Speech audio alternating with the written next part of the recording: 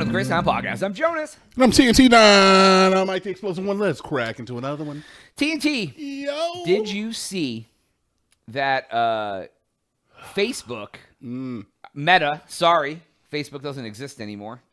They're rolling back their policy of doing, they have fact checkers.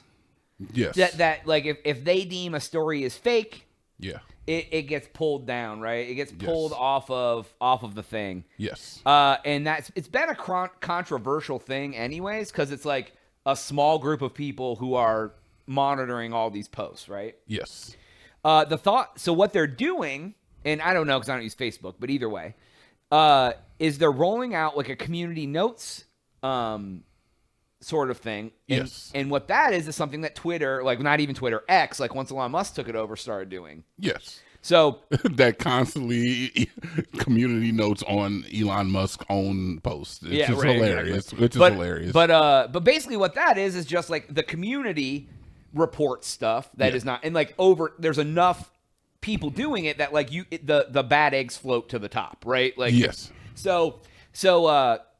But what I thought was really funny in the little video, two things. In the little video that Mark Zuckerberg put out talking about it, the first one, he was wearing a $900,000 watch in that video. Somebody pointed out that the watch he was wearing was $900,000. And see, you know what? I feel like that's just virtue signaling to like rich people out there. Like rich people kind of get that, and like, you know, us average folks don't.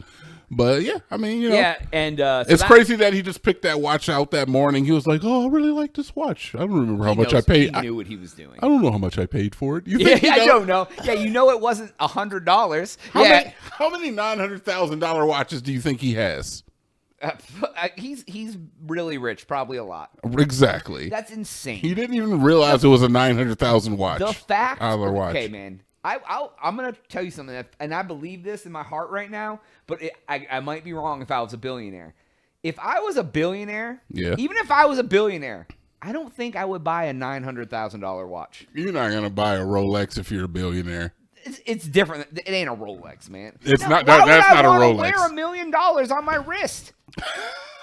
Period. Like, why? So you can say it like you're a rapper? I bought a Bugatti, just a ball. Yeah, it's something you can say to a girl that you have uncomfortably close to you in the back of a limousine. You know how much this watch is?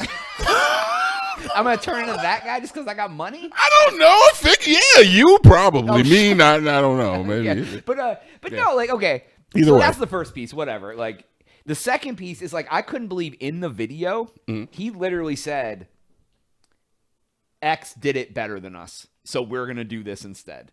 And I thought that was a very humbling moment for him to go on national Twitter, or wherever the hell he put it, and be like, another company does it better than we do. Yeah, I mean, and he's not wrong, because when it comes down to it, it looks like him, I'm to say Mark Zuckerberg, Jeffrey Bezos, and Elon Musk are all making plays because what has happened is through the current, like, all the legal stuff that's been going on with Trump and everything, he is low on funds. It is hard to fund a campaign with no funds. Elon Musk gave the man, what was it, $250 million, I believe? I don't remember what it was, but it was a lot. Yeah, it was a lot of money. More than I've ever seen. I believe it was $250 million to his campaign, and thus bought himself... I don't know how else we can say it. The Department of Doge? Bought himself a company that is not governmentally funded, but has effect on the government. Either way, and these two other individuals, billionaires, millionaires, billionaires, want to get in on the game. So changing the whole thing. I don't know if net neutrality, because net neutrality was recently rolled back. That's about traffic. It is about traffic. But there was another article, I can't remember the exact name of it, but during the Trump presidency, it came up where the proprietors that own the social media accounts were being had to take account for all the information that was spread on their. Oh, like like if you post, like, and that's why Craigslist took down like their personals and all that sort of stuff. It was like Proposition something, and I remember Trump was for the absolvement of the social media accounts having the precedent over taking blame for what was said on the account. It was the person who said it. Yeah. Well, it was funny you brought that up because what I was going to say, it's very interesting that like Mark Zuckerberg was just at Mar-a-Lago recently, and now like a week or two later, he's all like, "Hey, we're gonna redo our process," and then like, so like it's and the funny thing that I see, and I'm like, we don't talk a lot of politics, is like, and I'm not really talking about anything specific other than like, it's very weird to see rich guys trying to like, now they're trying to wedge their way into government, and I hate it. I kind of hate it too. I mean, okay, I kind of hate it too. Here's a hot take. I am interested to see what happens if Elon Musk and the other was it VJ something? I can't remember the guy's name. Vivek Ramaswamy. If they go in and trim off some of the deficit and like it actually makes a difference and it actually makes sense what they're doing, kudos. Do I think they're going to do it?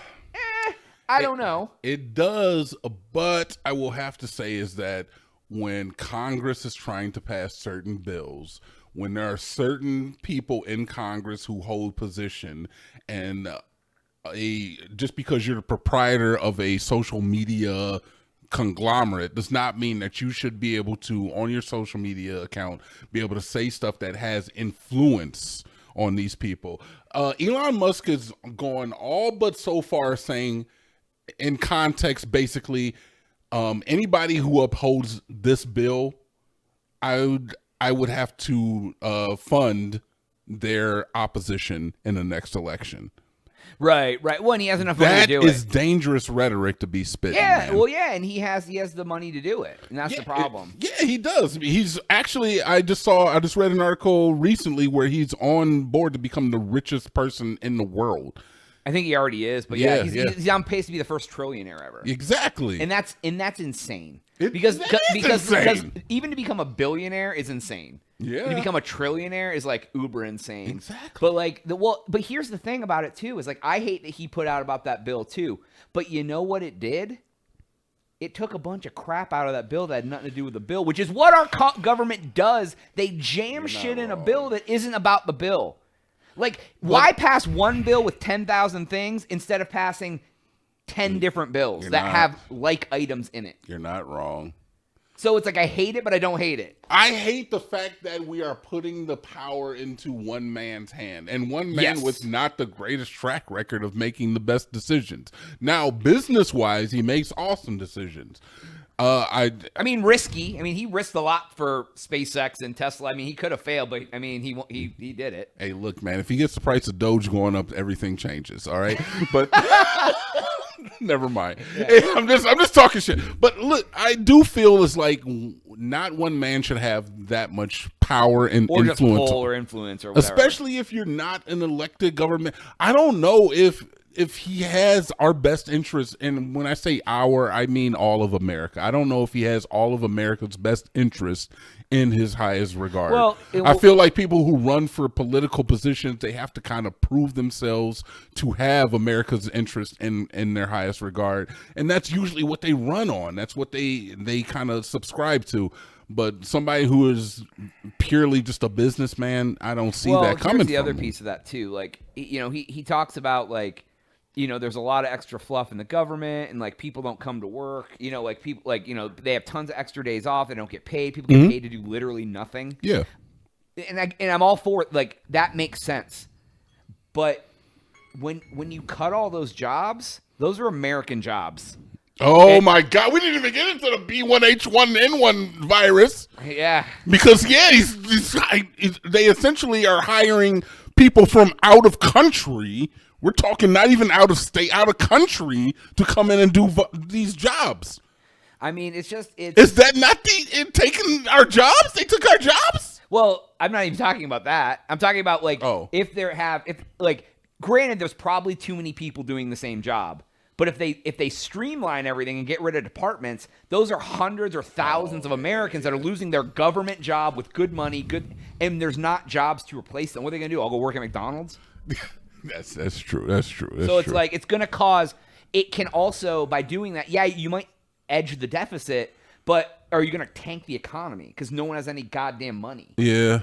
So it's like it's great and not great. It's not, you can't just go in gangbusters and start slashing shit because it all is intertwined. Okay, so when it comes to the Department of Government Efficiency, and this is like we're so like final thought. Yeah, I feel like that should be something that should be held by not essentially an oligarch. Yeah, he's so out of touch on what's best for the normal folk. Yeah, especially somebody who has doubled down on the whole idea of, all right, fine, we need to start bringing more workforce from out of the country to come into the country to take American jobs because it is cheaper for him and his brethren. Clearly, some of his most recent moves, ideas, and the things that he's invested in has shown that he is not have our best regards in his mind. He doesn't have our interest in his regards. You know what? If he starts giving out, convinces the government to do universal basic income, and we all get money, then you know what? Oh man, is that all it takes? Is that all it takes for you goddamn millennials nowadays? Give me a check. Ah! Do I not got to work anymore? God, I wish I could be real with you on this podcast, Jonas, but we are at the end of the episode. That's all the time we have for this episode. Go to thecrazytown.com and subscribe there for Jonas. TNT. Oh, yeah.